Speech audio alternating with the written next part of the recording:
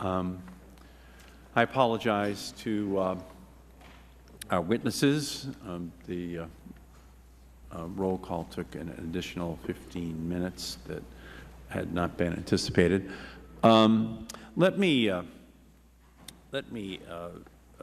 ask Ms. Floyd, in terms of wind potential, there are stories that there could be upwards of 4,000 new megawatts added this year to the national grid. Do you agree with that number? Well, I just want to remind the Chairman that I was a wind developer in the early 80s, and I now invest in a very broad range of technologies. So I probably don't have those statistics at hand. I did mention in my testimony that in the state of Washington last year they added 1,000 megawatts. So certainly I think that's in the ballpark. And what is Texas going to add this year? Just this year's 2,000 megawatts, about $3 billion worth of wind farms. So Washington State was 1,000. Texas is 2,000. There were only 11,000 megawatts of natural gas added last year to the whole national grid. Only 600 megawatts of coal, no nuclear, and no oil. So what do you think is reasonable then, Mr. Sloan? What could we expect from Texas this year? Did you say 2,000 megawatts? Approximately 2,000 megawatts this year. Similar numbers are certainly available going into the future. A key limitation is going to be infrastructure. There is more investor interest. There's literally 40,000 megawatts of wind projects that are evaluating interconnecting to the system. Right now? Right now. So there could be upwards of 5,000 megawatts a year being added in 2012 if the interconnection transmission issues are resolved. If the country were to get very serious about accommodating those resources that the market wants to add, it could be very high numbers. Yeah, well, you know, the interesting thing about that is that the nuclear industry, after 50 years, has 100,000 megawatts. And they haven't added any new megawatts in a generation. So here comes wind, adding upwards of 4,000 this year, and that's nationally. But that seems like a conservative estimate given what we're hearing about Washington State and Texas, that the nation might average 8,000 or 10,000 megawatts a year being added in another 5 years. And at that pace, within 10 years, it would match the nuclear industry. Now, it doesn't have the same ability to produce it on a regular basis, but that's quite a story. Yeah, if I can, there's the capability, I think, of the industry to gear up to do that, but the two key challenges will be infrastructure, and you have to proactively look ahead. You will need the transmission lines to get from those windy areas to markets where people can use it. And also is the supply chain, if you will, manufacturing the wind turbines and components, which has been pointed out is not done very much today in the United States. But if the country were to get very serious with an RES, you would see, I think, an enormous investment in manufacturing of those components. Right. Yes. And could I just add an issue, a point on infrastructure? One of the areas that we're investing in is "quote unquote" smart grid, and whether we like it or not, this country is going to have to invest in the infrastructure. For the last 2 decades, the amount of investment in the grid has declined dramatically. And so just from a reliability standpoint, never mind being able to handle this additional wind generation and other distributed generation, there is going to have to be an investment and an upgrade in that infrastructure to provide the kind of reliability that that customers demand. Mm-hmm. Now, wind, as a result, has a chance to really make a big difference in terms of what our national needs will be for new electrical generation between now and the year 2030. I mean, if you project just, let's just say it's 5,000 a year for 23 years, you have 115,000 megawatts by 2030. And nuclear only has 100,000 today. But if you make it 10,000 per year, it really picks up nationally now. Texas at 2,000 is at the dawn of the era, you're saying, almost, huh? So Texas might start adding even more per year. And so you do have this real likelihood that there could be upwards of 200,000 megawatts of wind in the United States by the year 2030. Is that realistic? Is that possible if we make the right transmission decisions, or is there a limitation on how much wind we can produce?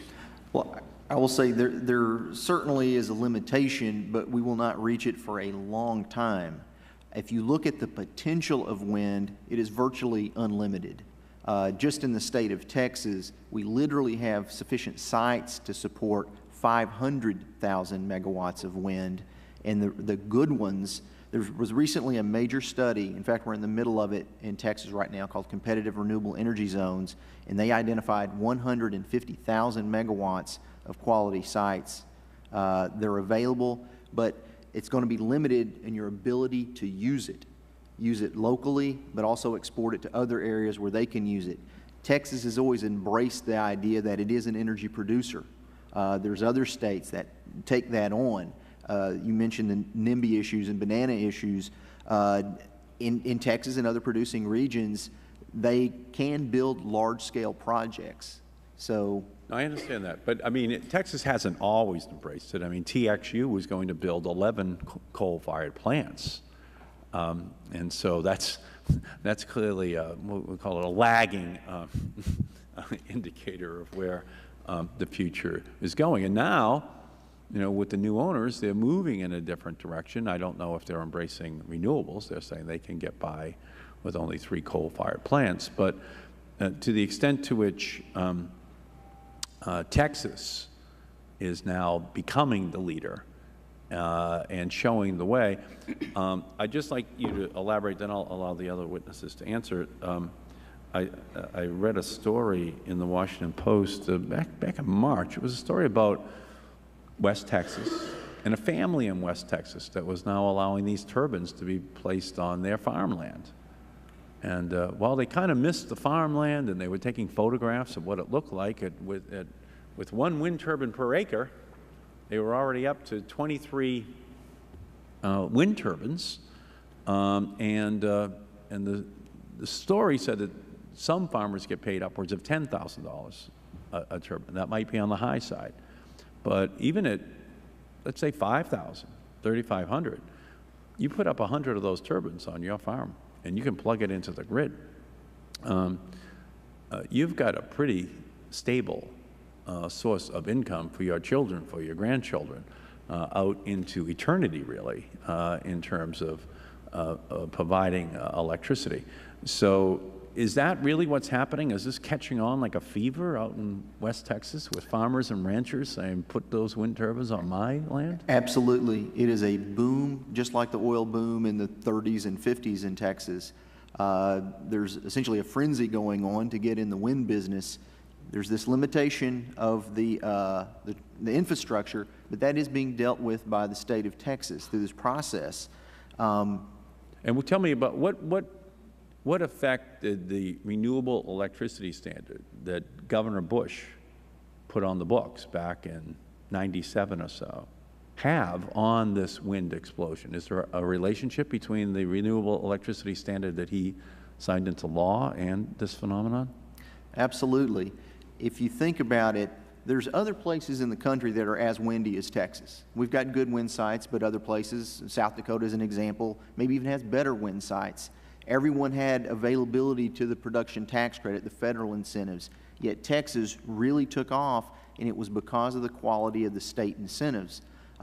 It was laid out in a pretty simple fashion, the RES in Texas, and importantly, all of the stakeholders got involved. Originally, there was hesitance from a lot of utilities. They were very skeptical. But when you had public polls where the utilities customers were saying, listen, we really want more renewable energy, everyone got on board. The political leaders, the electric utilities, and other stakeholders, the industry and consumer environmental groups. and it really was a recipe to make it all move forward. So that's the important thing about an RES. It is a catalyst to get action going. Mr. Hobson.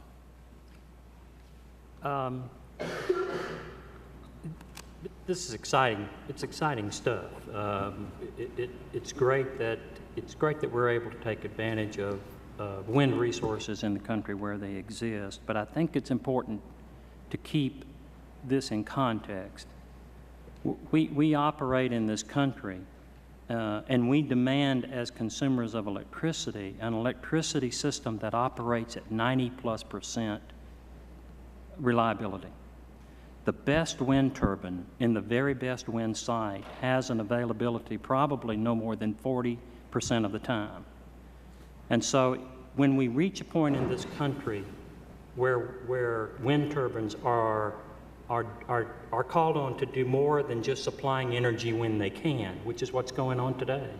When we get to the point where we want to rely on wind turbines as a part of the backbone of the system, we will have to put in place traditional generation technologies that will be able to operate during those times when wind is not available.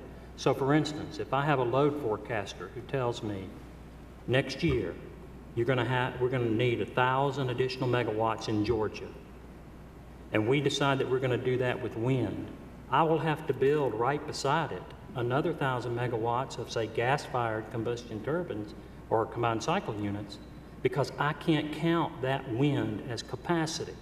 It won't be available when I need it, and so I have to make sure that my 90% reliability threshold is met, and you can't do that with wind. How is Texas handling that issue, Mr. Sloan? These are issues that have come up. We hear these all the time. And I will just point to Europe. Europe already uses very high penetrations of wind. Some countries, for instance, Denmark, in a single month earlier this year, the average energy was 35% coming from wind power. So it can be done. I mean, there's physical examples of how it can be done. And I would actually argue that wind power makes the electric system more reliable. And the reason is because utility planners do not count on it to be there for capacity. It is an energy resource. So it's there sometimes when you're not expecting it, it will be there. And an analogy would be, in this room, you have lights. You have enough lights to make sure that you can light this room. But if these lights go out, you could probably open those shades behind and take advantage of natural light. The natural wind resource and solar resource, the fuel is free. And you should, it's almost a sort of common sense approach. Take what nature gives you and use your controllable resources when you need to fill in the gaps. Doesn't wind have a higher capacity factor than natural gas? Yes. It does. On average in this country. One thing I want to see if I can clarify. And isn't natural gas increasingly going to become a problem because we're going to be importing it as liquefied natural gas from more and more unstable parts of the rest of the world? And so that is also a factor. You have that instability as well, and it does raise issues there. Mr. Hobson. Mr. Chairman, as much as we would like for it to be, any 40% capacity factor source of generation cannot become the backbone of a 90% plus reliable electricity system. Yeah. Can it become 15% of it? Well, it can't even really become 15% of it. He said it correctly. You're saying the governor of Colorado is heading for trouble? No. Having a 20% standard? No. Understand what I'm saying. He said it correctly. If I have wind resources, if I have enough capacity on the ground to meet my load through traditional means, and I have wind resources that are available to me, sure, it makes a lot of sense to take advantage of that free fuel when I can and not run another source of energy. That makes sense. But I have to build the capacity to make sure I can supply my customers when they call on the demand. So So my customers, in essence, will be paying twice as much for generation, because if I put a wind turbine on the ground, I've got to put a gas turbine on the ground as well. But as long as we are developing wind resources, as we are now, for those areas where reliability is not the issue, I think that's terrific. I think that it becomes problematic when we think we're going to be building 40% capacity factor resources to supply electricity for our customers. In a 90% system, it's just not going to happen. Now, technology may get better, but where we are right now, I can't rely on a 40% capacity factor wind turbine to supply my customers. And how does Denmark do it, Mr. Hobson? I'm sorry? How does Denmark do it? I'm not familiar with Denmark. I would. Could you do me a favor? Could you look at Denmark, and then in writing,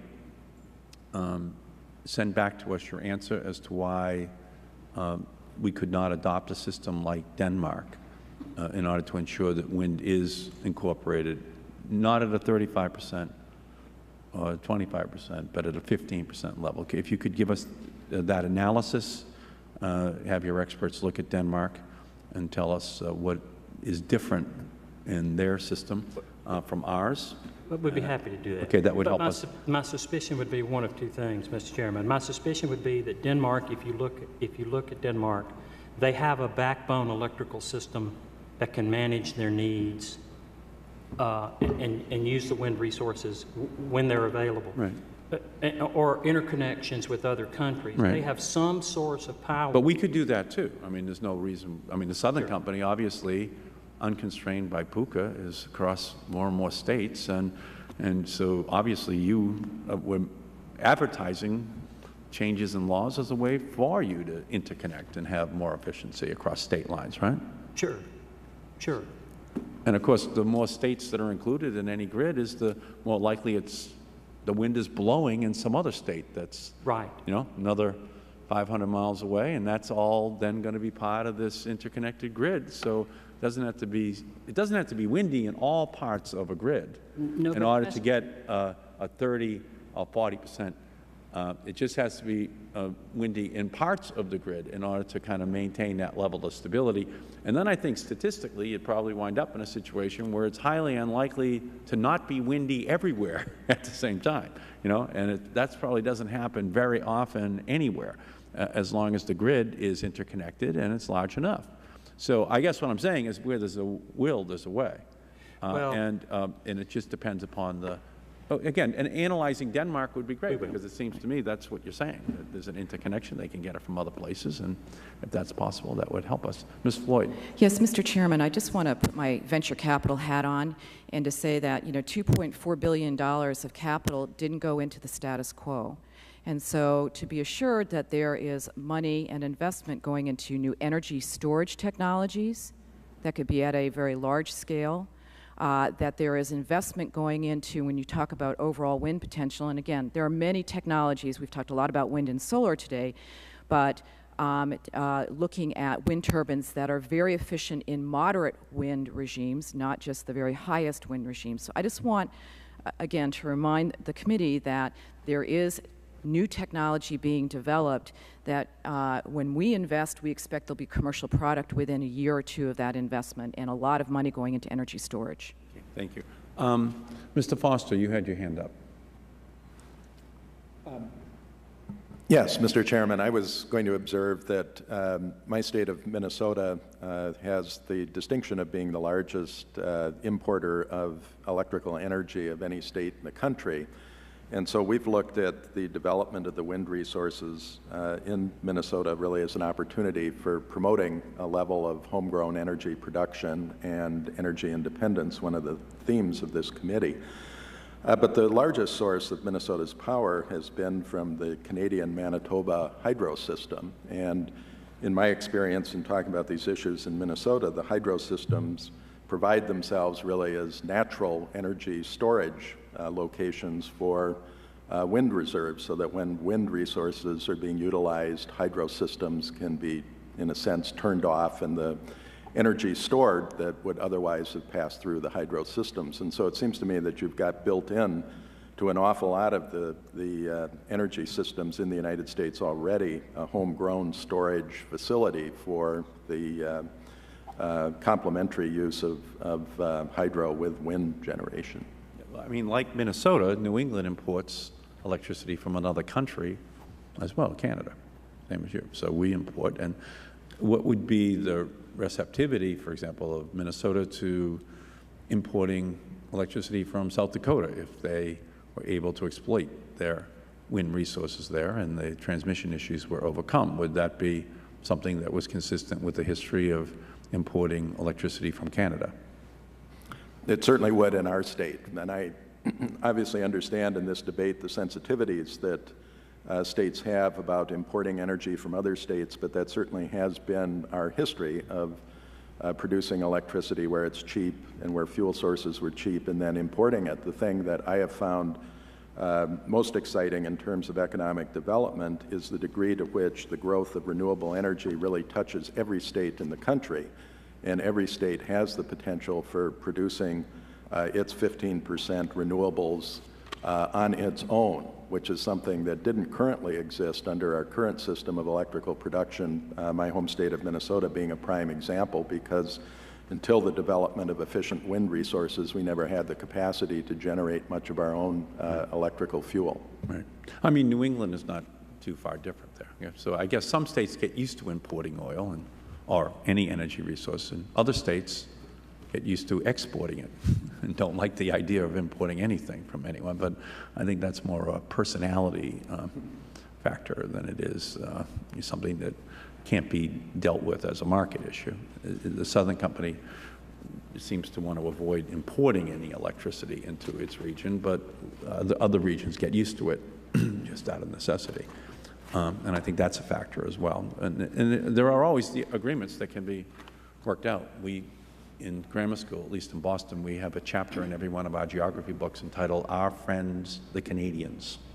So we just learn how dependent we are going to be upon the Canadians for so many things from the early age, and we don't even give it a second thought that there's Quebec hydro and all this natural gas coming down into our region. We kind of accept it as a part of our energy profile, at least my 31 years on the committee. Mr. Reedy, can we go to the solar issue in Florida? Mr. Hobson is talking about the clouds in Florida and how it's not as good as Arizona or New Mexico. Is that true? No, sir.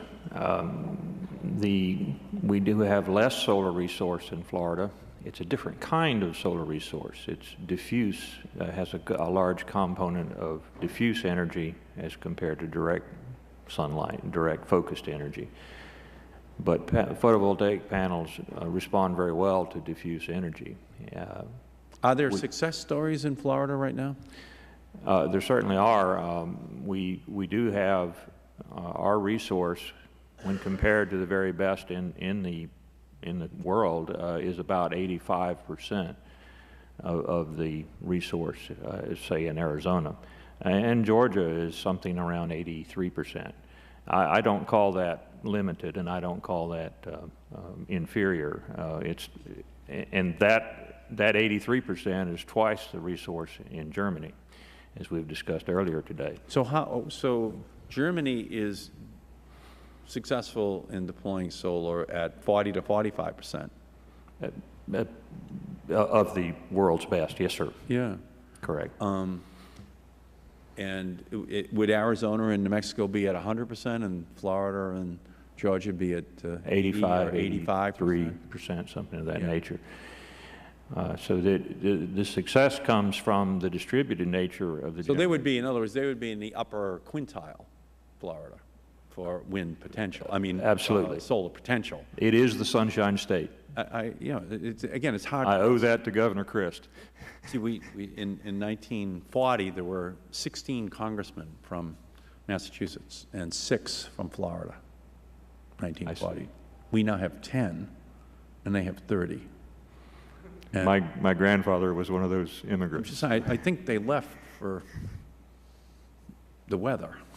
Yes, sir. Sun. It might not have been the sun, but that's what they all said when they were saying goodbye, that they were just tired of the winters, the clouds, the snow, the rain, and they were going down to the Sunshine State. So, so it does seem to me that they would be in the upper quintile of sun available, and then the technology deployed to capture it would, it seemed to me, have to be developed. It might be somewhat dissimilar from Arizona or from Germany, but clearly that's not a question. That's more a question of will than technology.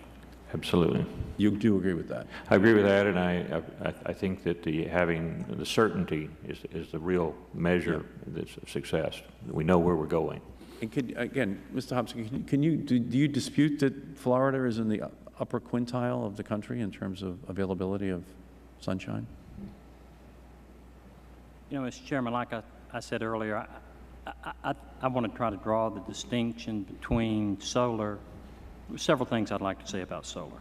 One is I like to draw the distinction between the demand side use of solar versus the supply side use of solar.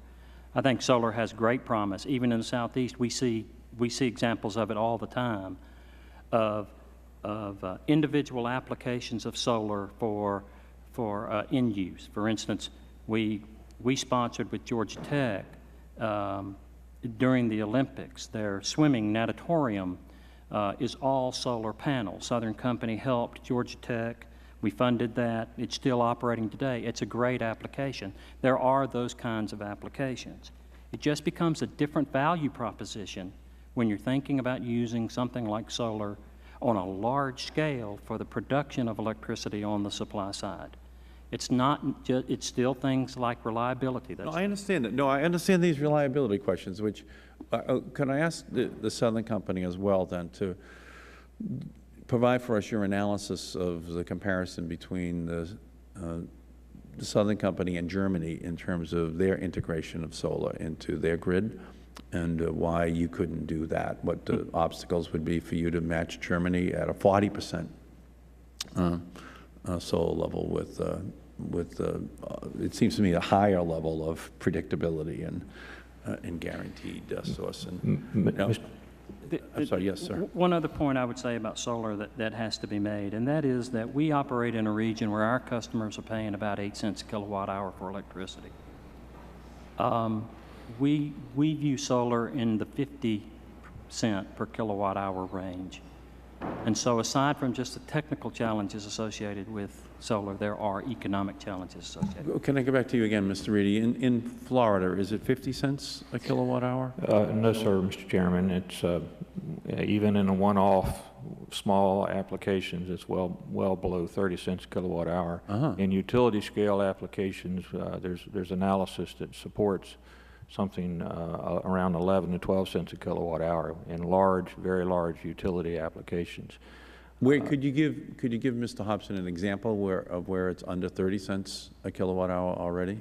You might not be aware of in Florida. Throughout the markets in California and New Jersey, which is pretty far north again, fair amount of clouds. Those are the costs that are being seen by installers and contractors and by the end user. So we would take great issue with those figures. And the technology is vastly improving, and by prediction of and analysis of the Department of Energy, it's going to be down around 15 cents in about 5 years. Is Governor Chris pessimistic about solar energy in Florida? Is he aware of how cloudy it is down there? Governor Chris has a say, and he says it can be done. It can be done. And he is very optimistic about it. Yeah, I do think it gets cloudy down there in Florida. You're on the beach all day. It's unbelievably hot. You've got 35, skin protection on to protect you against the sun. And then around 4:30 every afternoon, you have a thunderstorm that cools off the state. It's really happens every day, and then it's like an hour, and then it gets nice again. And so that's a misimpression those of us who pay a lot of money to go to Florida to get warm during the day have. But the clouds, it just seems to us, just don't last that long, or at least the ads kind of just have the clouds going by very, very briefly, and the rest of the day it's quite beautiful. So I just think that we need to work a little bit more here with the Southern Company and learning a little bit more about Germany and Denmark and other states that have already reached a lower price point for their solar. Here's what, let's do this. Let's ask each of you to give us the 1 minute that you want us to remember as we're going forward about these issues, and we'll go in reverse order. We will begin with you, Mr. Foster. Okay, thank you. Thank you, Mr. Chairman.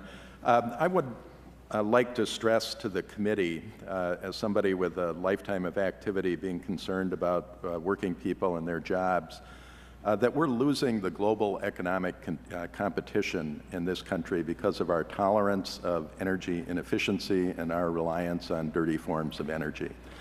We're seeing the alternative in countries like Germany, Denmark, Japan. Germany uses half the amount of energy per capita as we do.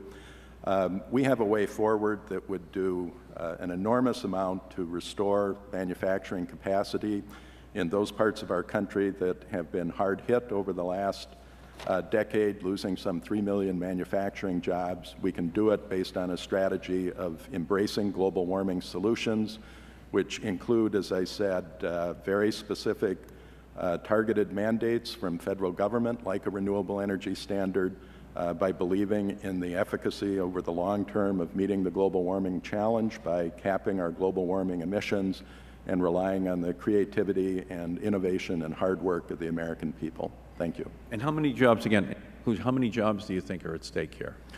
We believe that we would be on balance 1.4 million jobs better had we taken on seriously the Kyoto Protocol targets 10 years ago. Well, thank you, sir. Mr. Reedy. Thank you, Mr. Chairman. I would close with an emphasis that solar energy is extremely predictable, extremely reliable, and is becoming extremely economic. And I look forward to the day that we would be not discussing its cost as greater than conventional generation, and that day will not be so far off, I would add, but rather less than conventional generation. And it would serve the utility well as a peaking unit, which is a common practice today, and is today economic with peaking generation. So I would urge that with a lead in photovoltaics followed by solar thermal energy, we will find this discussion delightfully mute in the near future. Mr. Hobson.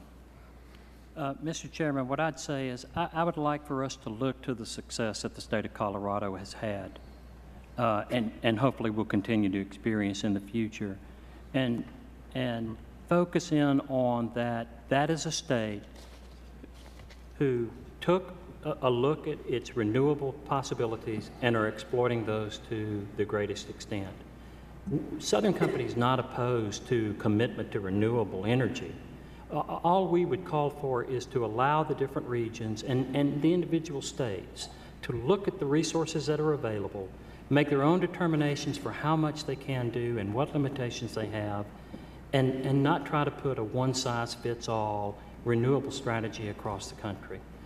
The federal government should have an opinion, should tell the states, we think this is something that we need to do, and then turn to the states and let the states assess their own situations and develop standards that make sense for them rather than having to worry about whether or not they fit into a nationwide program.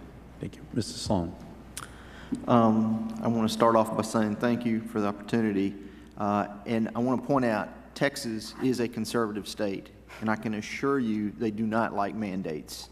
Yet, they do listen to the public, and the public made it very clear that they support renewables, and they believed everyone should do some renewables, and that people that wanted to do more could do more. Texas policy leaders listened to that, they responded, and they passed proactive, well-conceived, and highly effective rules. I think it's encapsulated. I asked the chairman of the State Affairs Committee, as conservative Republican as you'll find in Texas, David Swinford, and he put it this way about a mandate. He said, sometimes if it's important enough, you just got to give it a little bit of a shove. Thank you. Ms. Floyd.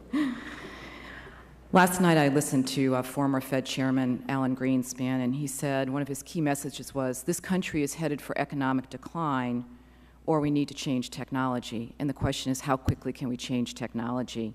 You know, things have changed in this country with resource depletion, energy security, global warming, and it makes traditional energy technologies untenable. And we have the opportunity to participate in one of the biggest economic development efforts, one of the biggest growth industries of this century. And I think a passage of a national renewable electricity standard will show our leadership and will help us capture this growth opportunity. Thank you. And we thank each of you for your testimony today. You're really helping this whole debate that we're having here in Washington and we're having across the country and across the world. Back at the dawn of the industrial age in the United States, in my congressional district, when it began, when the Cabots and the Lowells built their first factory right on the Charles River in Waltham, in my district, there were 280 parts per million of carbon dioxide up in the atmosphere. Now we've moved to 380 parts per million, putting another blanket over our atmosphere, warming up our planet even more.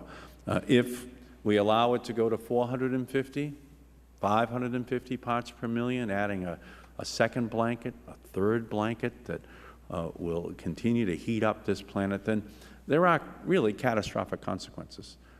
I visited with the Speaker and the Select Committee Greenland over the Memorial Day break. Greenland has a 1,000-mile long ice cap on it. It's 300 miles wide, and it is 10 Empire State Buildings high. So think of looking at the top of the Empire State Building and then looking up 10 more times. That's how high the block of ice on top of Iceland is. And on top of it now are forming these huge lakes that are getting larger and larger. And as the summer goes on, they eddy, they burrow down right to the bottom of the ice cap, and the water then flows to the bottom of the ice cap, creating these moulins that then further liquefy, further lubricate the bottom of the ice cap, moving it ever more quickly towards the ocean. As the ocean rises, of course, Florida will be one of the principal victims. So will Cape Cod, the coast of Massachusetts. That's why Massachusetts sued in the case, Massachusetts versus EPA. They were contending that they should have the right to protect themselves against this rising tide of climate change that was affecting our 200 miles of beaches. And the Supreme Court ruled in April 5-4 that Massachusetts was right, and that we needed a national policy to deal with this issue, that Massachusetts alone could not deal with it, that we needed a plan that we were going to put together. And it called upon, the Supreme Court did, the EPA to make a ruling on CO2 and whether or not it's a pollutant, whether or not it is causing this heightened climate change, this global warming. Now, the EPA, unbelievably, still has not ruled on whether or not CO2 is causing global warming. Every other environmental minister in the world talks to that country in those terms. Our environmental minister does not.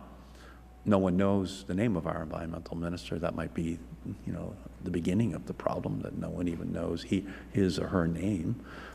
But that is, in and of itself, indicative of the fact that no one state can deal with the problem, that we need a national plan. And then with that national plan, we can talk to China, we can talk to India, we can talk to the rest of the world.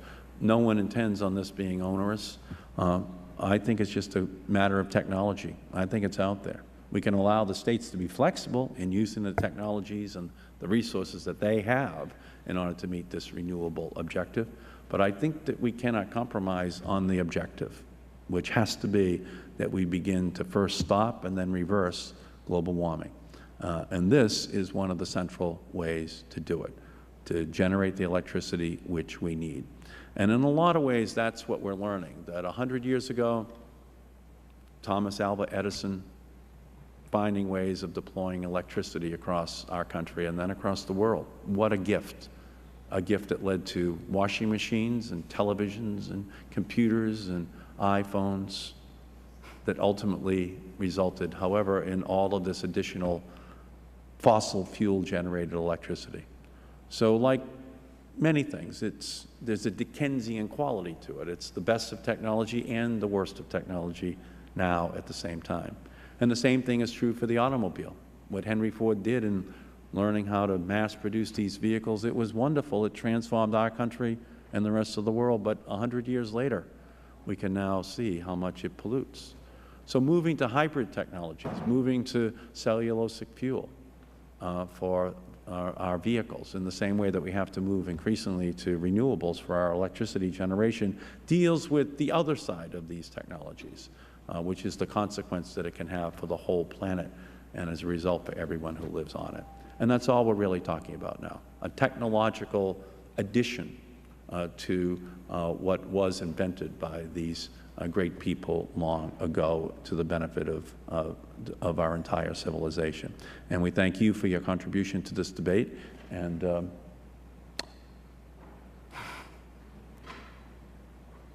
we yield to the gentleman from California who has just walked in, Mr. McNerney, for his round of questioning. And I would ask the gentleman if he would then adjourn the hearing at that point, at the conclusion of his questions. Thank you, Mr. Chairman.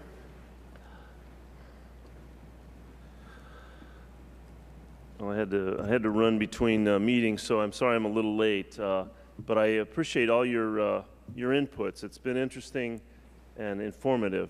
I have to say that I'm glad to finally meet Ms. Floyd. We've had several telephone conversations over the years as I was trying to raise venture money for wind turbine projects. But let's see, my first question is for you, Ms. Floyd. How confident are you that the National Renewable Portfolio Standards would increase the manufacturing base in this country for wind energy, for solar, for other forms of new energy technology? I'm very confident. It sends a very strong market signal. It's one that investors will respond to, and I want to further your point that this is broader than solar and wind. And while you were out voting, I made the point several times that $2.4 billion of venture capital last year didn't just go into solar and wind, but really a broad range of technologies that can make a difference here. And so I'm very confident that this would send a strong signal to the investment community and to manufacturers, and that we would see manufacturing coming back into this country and business expansion happening here as a result. My light keeps going on and off.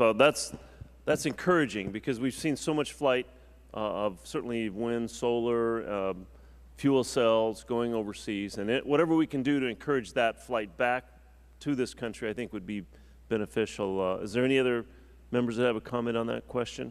Looks like you're ready to go there, Mr. Sloan. Yes, and I would also concur that an RES will really make the manufacturing market take off.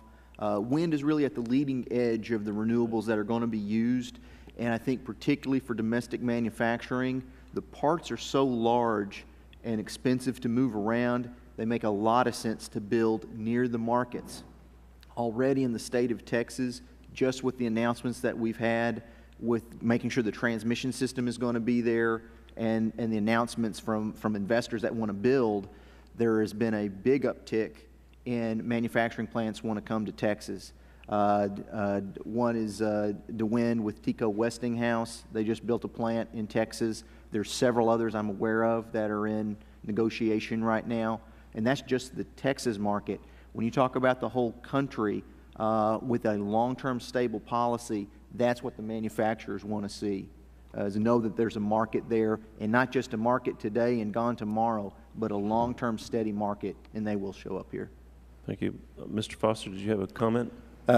Yes, Mr. Chairman. The proof, I think, is in what's actually taken place already as a result of the passage of state renewable energy standards. And earlier, when you were out of the room, I listed a half-dozen locations where plants had located specifically as a result of the passage of state renewable energy standards, ranging from Pennsylvania to Minnesota and Iowa.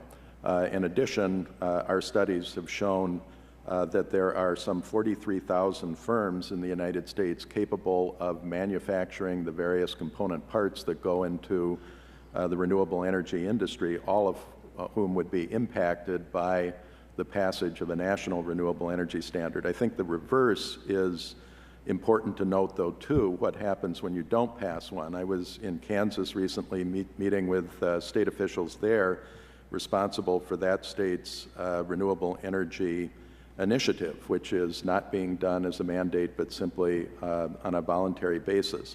And they expressed great frustration that the one thing they could not accomplish with a voluntary goal was the attraction of manufacturing to their state, that manufacturers simply are not interested in making the investment where there isn't some degree of market expectation that those products will be used. So passage of a national renewable energy standard, in my view, would be critical to bringing the manufacturers from around the world who are already doing that work to locate their plants in the United States.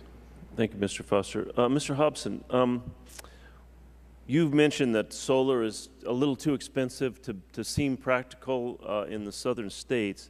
There's some new technology that I would describe it as broadband solar photovoltaic, where they concentrate power on a small reactor that takes advantage of ultraviolet, infrared, and visible light. Do you think that would increase the viability, in your opinion, of solar in those areas? I can't specifically answer the question, Congressman, about that technology, but I think that if it is a technology that, number one, drives the cost of solar down to fit more into the costs that consumers are paying in the Southeast, that would be very positive. And if it is a technology that improves the reliability of solar so that we can depend on solar a much larger percentage of the time, I think clearly those are the two factors that would make a technology more viable and more easily adaptable into the supply side of the grid. No, I understand everything you've said, but to describe solar as not reliable, I think is something that would be arguable. So you might want to look into that, and the reliability of solar equipment is very good now, from my understanding. And let me be sure I'm clear. When I said reliability in that sense, what I mean is the amount of time that the solar, that the resources there to provide the energy. I'm not speaking about the reliability of the solar equipment itself. Thanks for the clarification. Mr. Reilly? Do you think the time of day credit requirements would help significantly impact the solar, the cost viability of solar production? I mean, in your testimony, you mentioned that solar energy is available when the load is the highest, at peak load, and there's no provision for time of day credit. Would that be an advantage if there's some way to include that in federal regulation? It certainly would, yes, sir, Mr. Chairman. Currently, the utilities, when they consider generation, it's all about time of day, and that's how the numbers that I gave are derived, is from the cost at that time of day. Most states do have a time of day provision or rate structures for the utilities to offer their customers. And it's very critical in any type of regulation or legislation that the rate be non-discriminatory, and that if you would otherwise qualify for time of day, that if you have photovoltaic generation, that you can also be on the time of day rate. And to give an example, in Northern California today, the time of day rates are very high on the peak period, and the photovoltaics are cost effective against those rates. And so you could follow a strategy of generating when it's worth the most to the utility, and in using your load when it costs you the least, and it works very well. So that might be another avenue to look at, Mr. Hobson, about the cost effectiveness of solar if you can get the local utilities to pay for actual peak load costs. Well, it looks like I've run out of my time, and I want to thank you for your patience and my arriving late and answering questions. I want to agree with Mr. Foster that this global warming is an opportunity for this country. It's also a significant threat and a challenge. But if we take advantage of the opportunity, we can create new industries, we can revitalize our rural economies, we can end our dependence on oil, and a whole host of things that would be advantageous to our country. So I can encourage you to continue your good work. Thank you very much. The meeting is adjourned. Thank you.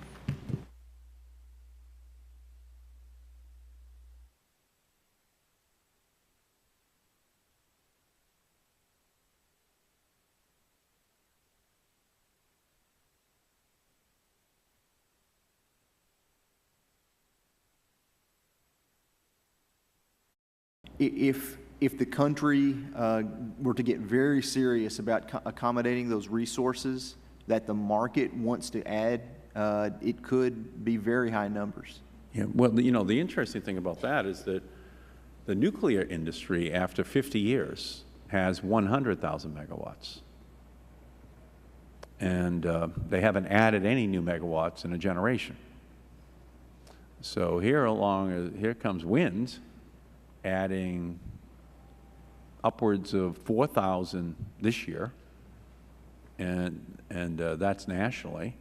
But that seems like a conservative estimate given what we're hearing about Washington State and Texas, that the nation might average 8,000 or 10,000 megawatts a year being added in another 5 years.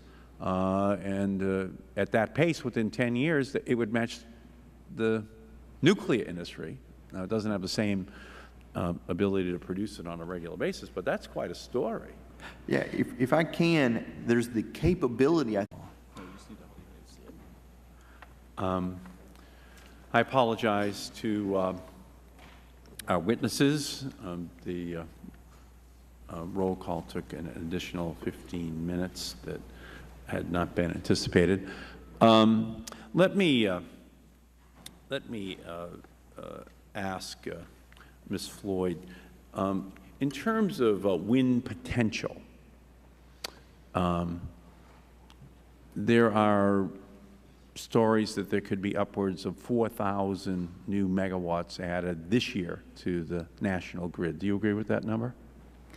Well, I just want to remind the Chairman that I was a wind developer in the early 80s, and I now invest in a very broad range of technologies. So I probably don't have those statistics at hand. I did mention in my testimony that in the state of Washington last year they added 1,000 megawatts. So certainly I think that's in the ballpark. And what is Texas going to add this year? Just this year's 2,000 megawatts, about $3 billion worth of wind farms. So Washington State was 1,000. Texas is 2,000. There were only 11,000 megawatts of natural gas added last year to the whole national grid. Only 600 megawatts of coal, no nuclear, and no oil. So what do you think is reasonable then, Mr. Sloan? What could we expect from Texas this year? Did you say 2,000 megawatts? Approximately 2,000 megawatts this year. Similar numbers are certainly available going into the future. A key limitation is going to be infrastructure. There is more investor interest. There's literally 40,000 megawatts of wind projects that are evaluating interconnecting to the system. Right now? Right now. So there could be upwards of 5,000 megawatts a year being added in 2012 if the interconnection transmission issues are resolved. In that infrastructure to provide the kind of reliability that, that customers demand. Mm-hmm. Now, wind, as a result, has a chance to really make a big difference in terms of what our national needs will be for new electrical generation between now and the year 2030. I mean, if you project just let's just say it's 5,000 a year for 23 years, you have 115,000 megawatts by 2030. And nuclear only has 100,000 today. But if you make it 10,000 per year, it really picks up nationally now. Texas at 2,000 is at the dawn of the era, you're saying, almost, huh? So Texas might start adding even more per year. And so you do have this real likelihood that there could be upwards of 200,000 megawatts of wind in the United States by the year 2030. Is that realistic? Is that? Think of the industry to gear up to do that, but the two key challenges will be infrastructure, and you have to proactively look ahead. You will need the transmission lines to get from those windy areas to markets where people can use it. And also is the supply chain, if you will, manufacturing the wind turbines and components, which has been pointed out is not done very much today in the United States. But if the country were to get very serious with an RES, you would see, I think, an enormous investment in manufacturing of those components. Right. Yes. And could I just add an issue, a point on infrastructure? One of the areas that we're investing in is quote unquote smart grid. And whether we like it or not, this country is going to have to invest in the infrastructure. For the last 2 decades, the amount of investment in the grid has declined dramatically. And so just from a reliability standpoint, never mind being able to handle this additional wind generation and other distributed generation, there is going to have to be an investment and an upgrade in